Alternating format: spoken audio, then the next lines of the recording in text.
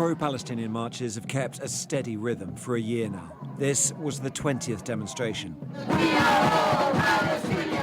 But they are as loud as ever, perhaps louder.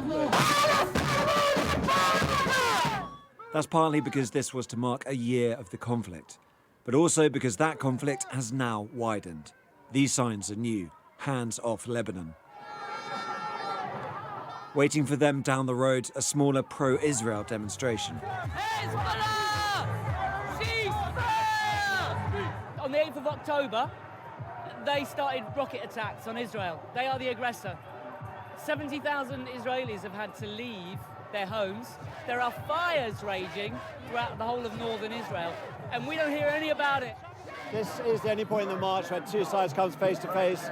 Over here, thousands of people streaming past. They're being kept apart. These are organisers for the pro-Palestine march, I'll keep them.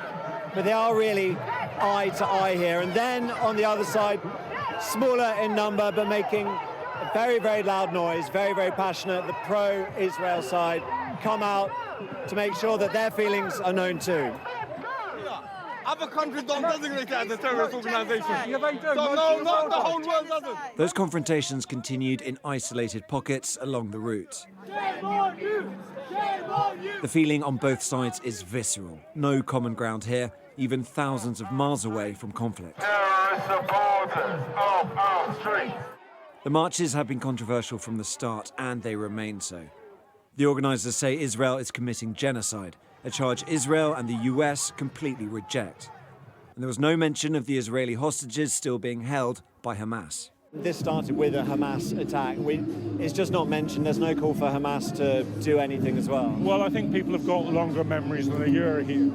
And what you have to remember is that in every year, since the State of Israel was founded, more Palestinians have been killed than Israelis. So when people look at the full history, they don't quite have October the 7th as the only starting point. The crowds in London were large, but they were matched around the world. In France, in Italy, and in South Africa. This week, Palestinian children. This is a conflict that, a year on, continues to reverberate around the world. Tom Cheshire, Sky News, Central London.